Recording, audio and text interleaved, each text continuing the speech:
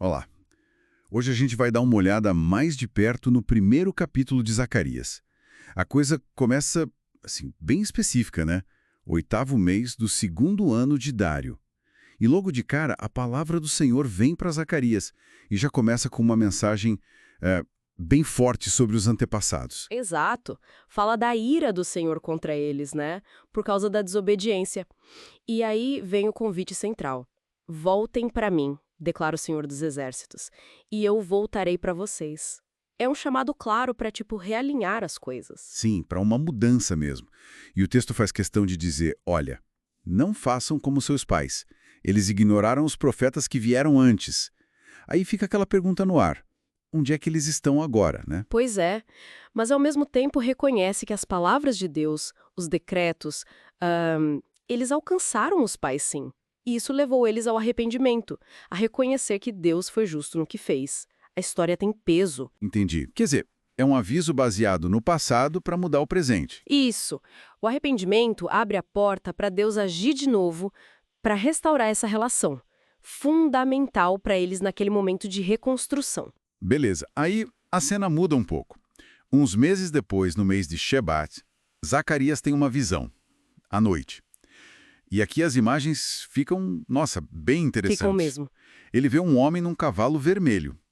E ele está parado entre umas árvores morteiras, num vale, e atrás dele outros cavalos, vermelhos também, baios e brancos. O que será isso, hein? É a pergunta natural, né? O que são esses cavalos? O anjo que está falando com Zacarias diz que vai mostrar, mas o próprio homem do cavalo vermelho, que está ali entre as morteiras, ele explica. Ah, ele mesmo fala? O que ele diz? Diz, são aqueles que o Senhor enviou a percorrer a terra. Tipo uns patrulheiros divinos, talvez. Entendi. E eles trazem um relatório, né? Trazem. E o relatório é, curioso. Dizem, percorremos a terra e eis que toda a terra está tranquila e em descanso. Tranquilo e em descanso? Parece bom, né? Paz mundial, assim? À primeira vista, sim. Mas é interessante que, logo em seguida, essa calma toda é meio que questionada. O anjo do Senhor entra na conversa. E ele não parece tão tranquilo assim. É verdade. Ele pergunta direto para Deus, né? Senhor dos exércitos, até quando o Senhor não vai ter compaixão de Jerusalém, das cidades de Judá? E menciona os 70 anos de indignação.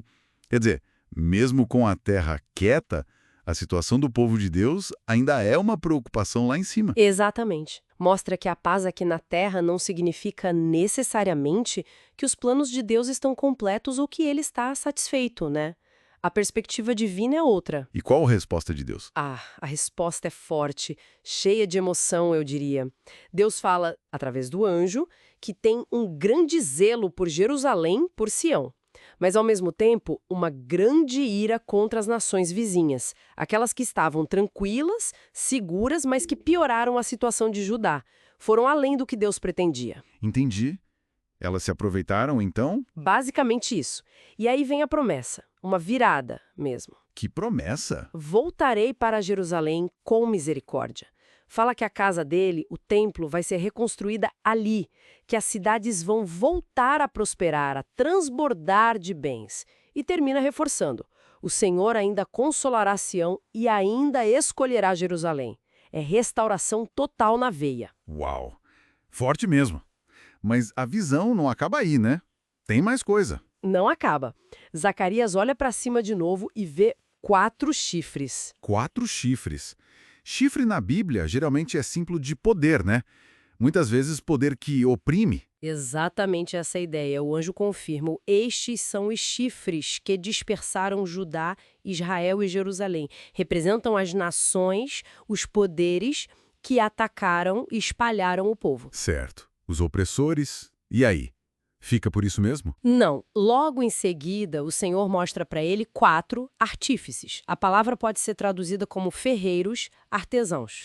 4 ferreiros. Pra quê? Pra fazer alguma coisa com os chifres, imagina. Isso mesmo. Eles vêm para executar o juízo nesses poderes. A resposta que dão para Zacarias é clara. Vieram para amedrontar e para deitar abaixo esses chifres. Especificamente, os chifres das nações que se levantaram contra Judá para dispersar o povo. Então é uma imagem de Justiça divina em ação, os opressores sendo derrubados. Precisamente. Mostra que Deus não só promete restaurar, mas também age contra quem causou o mal. Ok, então vamos juntar as peças. O capítulo começa com esse chamado urgente para voltar para Deus, olhando para o passado. Aí vem as visões, os cavalos que vigiam uma terra aparentemente calma. Aham. Mas com uma tensão divina por baixo dessa calma, né? A preocupação do anjo. Exato.